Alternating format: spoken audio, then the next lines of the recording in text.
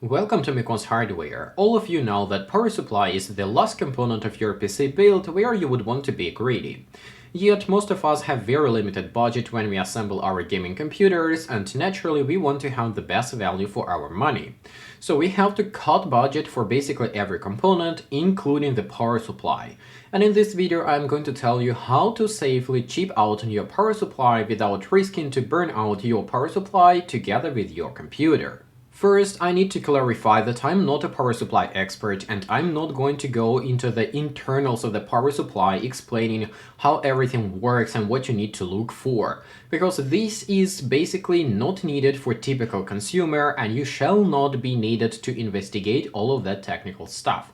Still, if you're interested, please find out any video you like on YouTube or maybe some description on other pages. There is lots of useful and interesting information about technical specifications, about electrical components that are used inside the power supplies, what is good, what is bad. I'm not going to cover it here, I'm only going to make a very simple guide which is accessible and understandable by most of the users, so you can safely pick up a power supply following simple rules.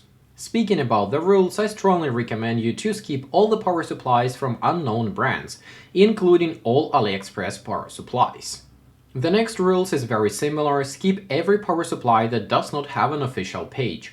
For example, sometimes you can see a power supply which comes from a similarly known brand, for example, Fractal Design or Hynix or whatever, something that seems to be a pretty big brand, but you cannot find official page with the specification for this particular power supply. Don't buy the power supply. Then I also recommend to stay away from the second-hand power supplies unless you know what you're dealing with and unless you can verify that the power supply is still properly functioning, maybe there is still warranty for the power supply. Especially now, many of the used power supplies are ex-mining power supplies, and those power supplies were used 24/7 at their maximum or almost maximum capacity. Another very misleading point is the 80+ certification. You can check this certification of your potential power supply purchase, but never blindly trust this certification and do not base your decision based on 80+ white, gold, silver or whatever certification. The 80+ certification only guarantees efficiency of the power supply. It does not guarantee you certain power output of the power supply. It also does not guarantee you any quality of the power supply or any safety features of the power supply. This 80+ certificate is only checking for the efficiency of the power supply. My pre-last rule for the power supply purchase would be to check online reviews. If you're doubting about the power supply or even if you made your decision, go online and check different reviews in different places in different stores. Do not base your decision only on these reviews and don't blindly trust them. Some power supplies may randomly get very bad reviews, but that might be just a bad luck. And some power supplies may get a pile of good reviews because the power supply is very cheap, but in reality, when you put some real load on the power supply, it dies. So check the online reviews and only add this information to your whole picture instead of making your decision just using the online reviews. And my last rule for the power supply purchase would be that you need to always remember that extra 10 or 15 euros spent on a quality power supply will save you a lot of headache in the future and might protect your components from burnout if you compare to a cheap power supply that can kill your components basically anytime if you get some problems in the supply grid in your house or in your apartment. Speaking about the safety features of the power supplies, we have some standard features, such as OVP or overvoltage protection, which comes together with UVP, undervoltage protection. This protection measure basically automatically detects if the input voltage into the power supply goes too high or too low, and in that case, power supply components will not be able to properly adjust input voltage and supply proper 3.5 volts to your components, and that may kill your components. So in that case, power supply automatically detects such spikes and just shuts down. This is very important, especially if you live in a country with unstable voltage in your home grid. In some places it might be not important at all, but mostly it's better to have it than don't have it. Then we also have SCP and OCP. SCP is short circuit protection and OCP is overcurrent protection. Basically, both of them do basically the same thing. They shut down power supply if power supply detects overcurrent or short circuit in the system. Short circuit or overcurrent will cause overheating and burnout of your components and wires inside your computer, so this is a must-have. If your power supply does not have OCP or SCP, then you need to skip this power supply. The final two are OTP and OPP. OTP is over temperature protection, basically power supply shuts down if it overheats, and OPP, the power supply shuts down if you put too much load onto the power supply. So even though a 600 watt power supply, for example, can theoretically power up a 700 watt system, its internal components are not designed for such usage and will go out of order pretty quickly and may also take out some other components with them. So in that case, the OPP or overpower protection kicks in and the power supply shuts down because the system pulls just too much power through this power supply. This is just a quick coverage of the most important safety technologies for the power supplies. If you're interested, there will be a link in the video description where you can read more about it and find some extra technical details. Some of these features are required, some of these features are more or less important. It depends on your environment and depends on where you live and what you expect your computer to be used with and where. Many users are significantly overestimating the power supply requirements and thus overpaying for a much more powerful power supply for their system. This money could have been spent for an extra RAM, a better graphics card, or a better CPU.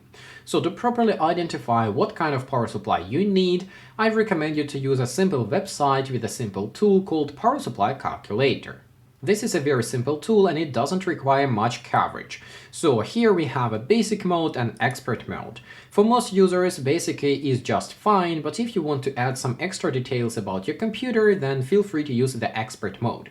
I will take a look at the basic mode. So here we need to pick out our motherboard time and we can pick desktop, server or mini ITX. Let's go with the desktop standard computer. For the CPU, I will pick Ryzen 5 5600, just like an example. For memory, we have two sticks, 8 GB each, DDR4 memory, and then we have graphics card, AMD RX 5700 XT. For storage, we will get only one M.2 NVMe SSD. We do not need and don't have any optical drives. Monitor doesn't matter because it's not connected to this power supply, so let's click this calculate button.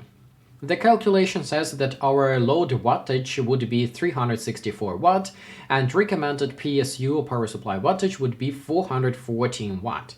And the power supply calculator recommends us this Corsair CX650 power supply. Let's go back to my slide and here I have some extra info how to read these values from power supply calculator. So the first value of 364 watt, the load wattage, this will be your typical power consumption of your system under load.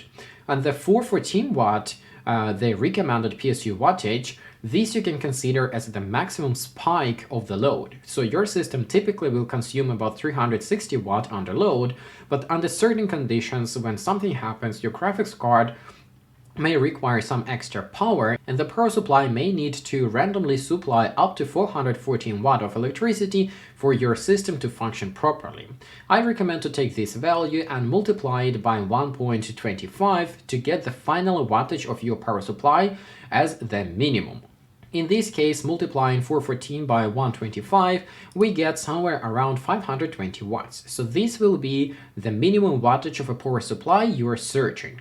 I know for sure that many users who assembled computers with Ryzen 5 5600 and RX 5700 XT believe that they need a power supply which supplies 700 or more watt of electricity and thus they overpay for those expensive power supplies. While in reality, as you can see, you need about 520 watts of power, but this power must be delivered on the plus 12 volts rail. So let's first investigate the Corsair CX650 power supply recommended by the power supply calculator. To estimate a power supply, I have defined 5 major rules that you need to get a checkbox to buy this power supply. And the first one, you need to check if the power supply has an official page with official specification. Corsair CX650 power supply comes from a rather known brand and thus we have an official page. On the official page we can see pictures of the power supply, but much to my surprise we don't have technical specification of the voltage and the wattage of the power supply. This is very weird, but at least we have a list of safety measures of the power supply. So if we go back to my slides, so here we have a check mark for official page, check mark for the protection measures. This is second measure that we need to check. And then we have a cross mark for the voltage and the wattage specs. Unfortunately, for some reason, Corsair don't specify it on their official page, and I can only speculate that they want to do it because they want to have a room so they can replace internal components in the future, and then the power supply specification will slightly deviate up or down, depends on what components they use. Still, it is possible to find a photo of a CX650 power supply on the internet with the detailed specification, and here we can see that the plus 12 volts rail is able to supply up to 54 amperes of electricity, so 12 volts multiplied by 54 amperes, we're getting 648 watts. So 648 is just under 650, so this is much more than we need, and I remind that we need 520 watts. Unfortunately, the last point, the price, is a cross mark, because this power supply costs about 90 euros plus VAT. The power supply itself is not bad, and it is more than enough for our system, but it's just too expensive. So, as a budget alternative, I picked this EVGA 600W2 power supply, and let's go and check each of the 5 important aspects of the power supply, starting with the official page.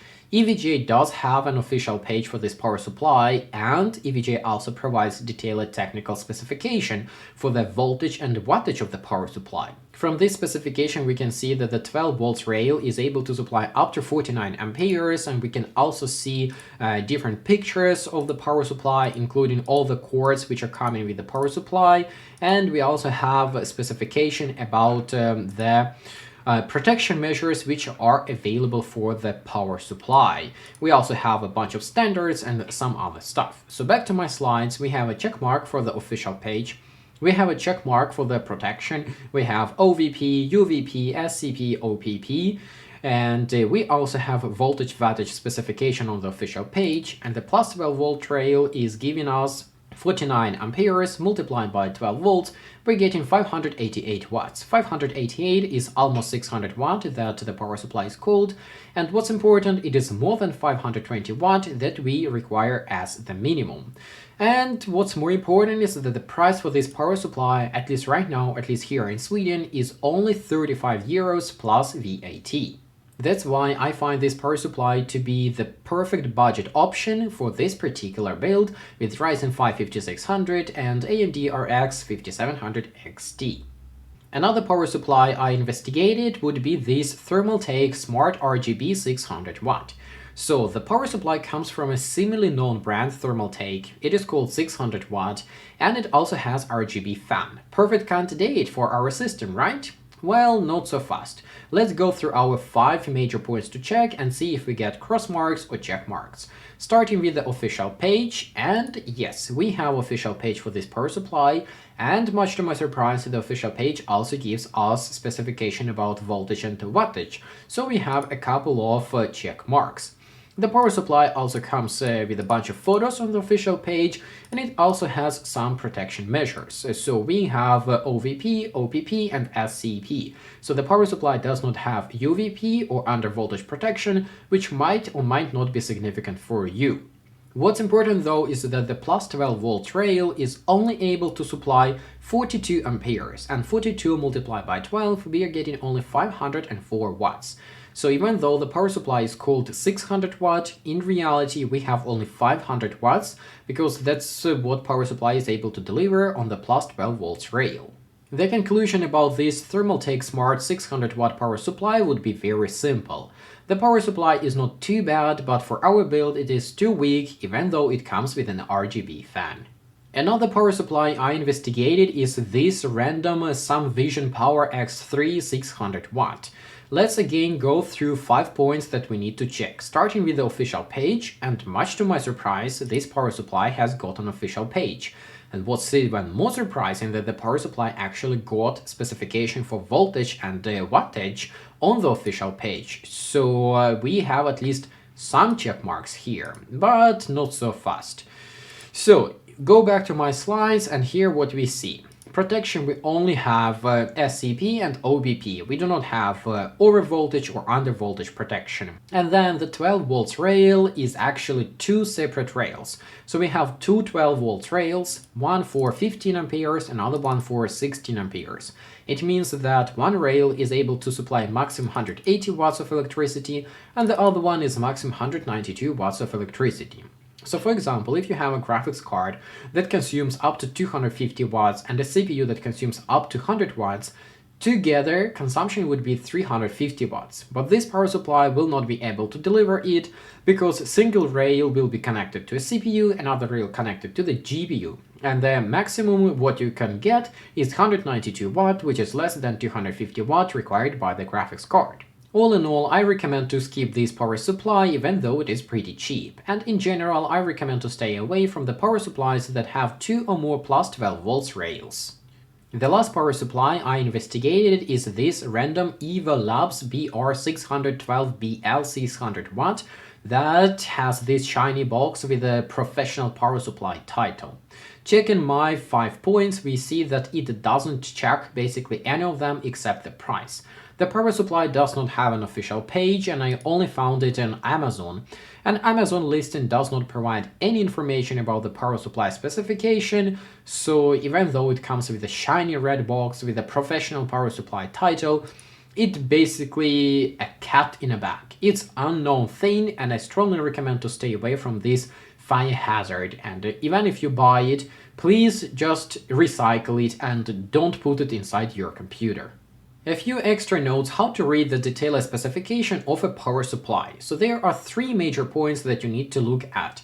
The first one is of course the 80+ rating. Again, I remind you that this 80+ rating is only specifying the efficiency of your power supply. Sure, the higher the rating the better, but if you have a power supply with 80+ gold rating that is only able to supply 200 watts on the plus 12 volts rail, compared to 80+ white power supply that is able to supply 400 watts on a plus 12 volts rail, then these two are totally different power supplies and you can't compare them. On the other hand, if you compare two very similar power supplies and one is 80+ gold, another one is 80+ white, the price is about the same, then always go for the higher 80+ rating.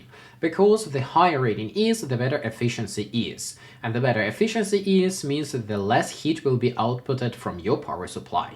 The second thing I would look at is the input voltage specification for the power supply.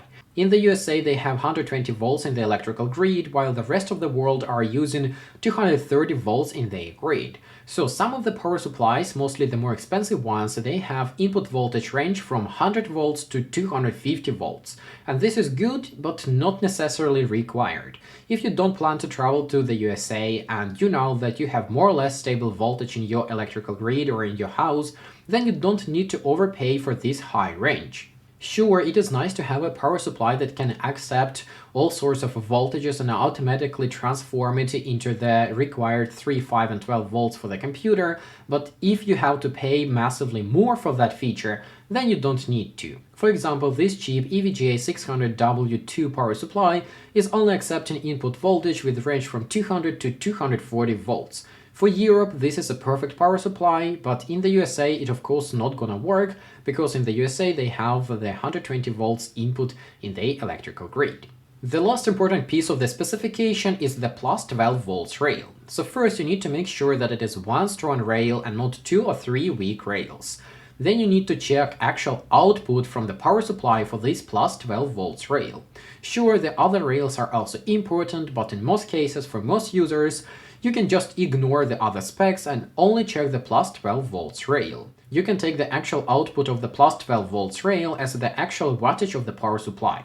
So if the power supply is called 600 watts, 700 watt or whatever 100 watts, but the plus 12 volts rail is only able to supply 500 or 550 watts, you can decide that this power supply is only 500 or 550 watts.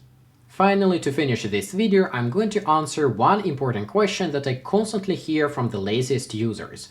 What power supply brand do you recommend and what power supply brand shall I use? So if you don't want to investigate quality of the power supply, you don't want to check characteristics of the power supply, you just want to buy a certain brand and be sure that this power supply will be at least okay. In that case, I recommend to go with EVGA and Seasonic. In this case, the power supply name is more or less accurate, and if you see 600 watt in the name, then it is more or less what power supply is capable to supply on the plus 12 volts rail. For example, even the cheapest EVGA 600W2 power supply that I covered in this video is called 600 watt and it is supplying 588 watts on the plus 12 volts rail. The same applies to the Seasonic power supplies, but unfortunately Seasonic power supplies are rather expensive, at least in Sweden. And with this I have to say, thanks for watching, thanks for listening, I hope it was interesting, and I hope I have helped someone. Bye bye.